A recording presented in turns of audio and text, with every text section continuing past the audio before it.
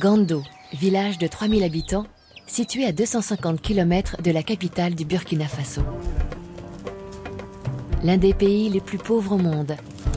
Ici, plus de la moitié des enfants ne sont pas scolarisés.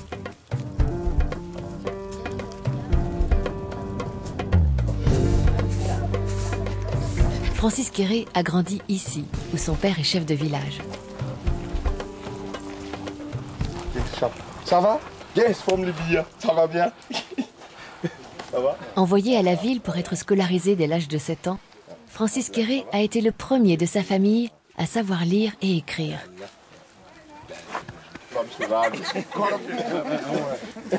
30 ans plus tard, après des études d'architecture en Allemagne et l'obtention d'un poste d'enseignant à Berlin, Francis Kéré est revenu construire une école pour son village. Pour moi, c'était un devoir. Voilà. C'était un devoir d'apporter ma contribution au développement du village. C'est pourquoi quand la famille m'a contacté et me demandait de tout faire pour que le village ait une école, voilà, c'était un appel. Il fallait que je réponde à cet appel. C'était un cri de secours. Et comme j'ai appris en Allemagne surtout que l'éducation, c'est la base de tout développement, voilà, cela convenait bien à ma vision aussi personnelle de tout faire pour que les membres de la famille, les enfants de mes frères, ouais, tous les enfants du village puissent rester à Gando et pouvoir se rendre à l'école.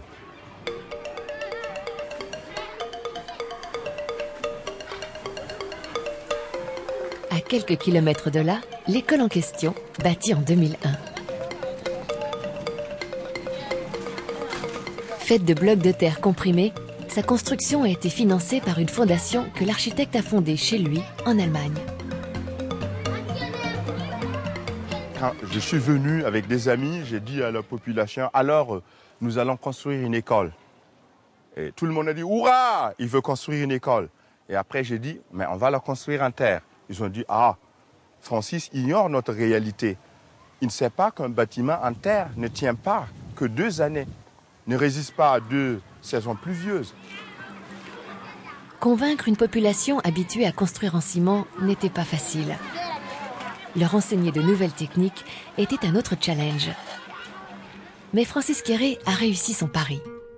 15 villageois ont été formés aux techniques de l'architecte. Un concept climatique élaboré pour que l'air intérieur circule au maximum. La première astuce, c'est de surélever la couverture du bâtiment.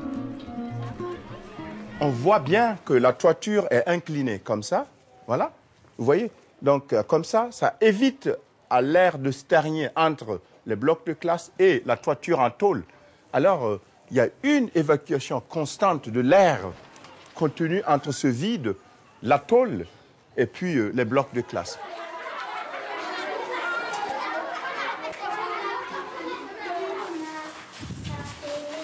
Dans les salles de classe, on limite le nombre de fenêtres, mais surtout, on laisse le bâtiment respirer.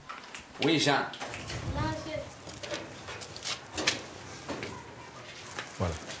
Voilà.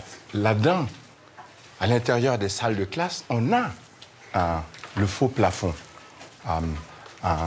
un briquette de terre aussi, qu'on a superposé sur une structure en fer mince, fer à béton. On le voit légèrement, à la même couleur, et puis laissé naturel. Voilà. Donc, le toit fonctionne ensemble avec le faux plafond en briques de terre et le toit en tôle comme un pommeau. Voilà.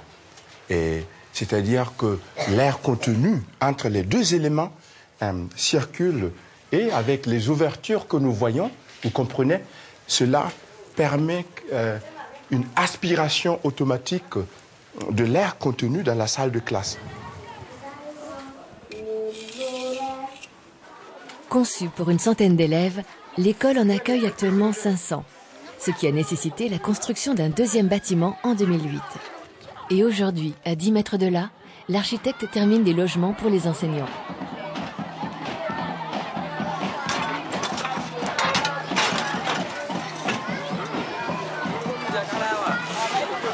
Pour fêter la fin du chantier, toutes les femmes du village sont là pour tasser la terre. Ici, pour la première fois, on va pouvoir récupérer l'eau de pluie. Une innovation qui permet non seulement de remplir le puits de l'école, mais aussi de protéger la façade des maisons.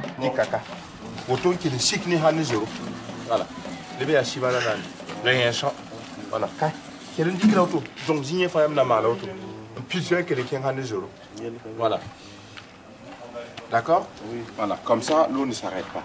Ok? Oui. Voilà. L'eau coule de la toiture, l'eau vient par la toiture, ça descend, ça coule dans ce caniveau. Voilà. Et puis, continue par là. Ainsi, l'eau vient partout, et puis voilà, l'eau continue, voilà, et est récoltée à quelque part au fond, vous voyez. Donc, toutes les voies conduisent vers ce canal, voilà. On ne peut pas se blesser, on marche dessus, donc ça ne gêne pas, et c'est tout à fait naturel. Si on le couvre, il y a les feuilles mortes, les animaux, tout va s'installer là-bas, c'est pourquoi on laisse tout ouvert.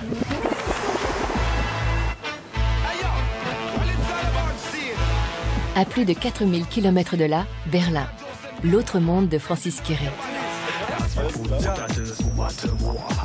C'est dans cette ville où Francis Quéré vit qu'il crée ses projets, cherche ses mécènes et enseigne à l'Université technique de Berlin.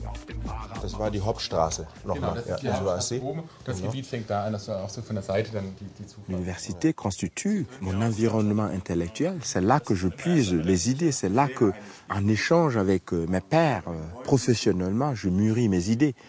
Ce que je fais en Afrique, c'est pratique, c'est fini, c'est le résultat, c'est le produit.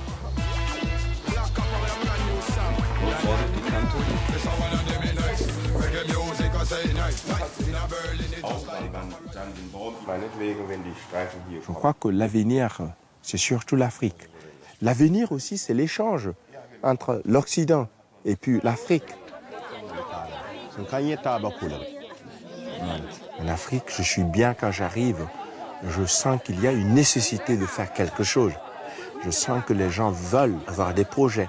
Les gens admirent ce que je fais.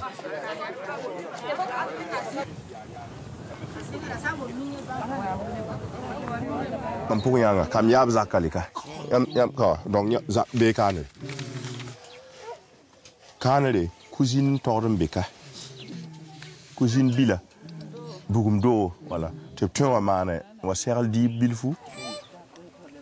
Je crois que l'avenir de mes projets, c'est pas seulement professer en Allemagne. J'aimerais que des étudiants viennent ici pour ensemble réfléchir sur des solutions, sur des techniques et les développer en modèle. Et si ça marche, voilà, on le diffuse partout. Au Burkina, au Mali, au Togo, au Ghana. Mais pourquoi pas ne pas repartir en Europe avec ces éléments-là? Voilà, ça c'est l'avenir, ça c'est mon rêve.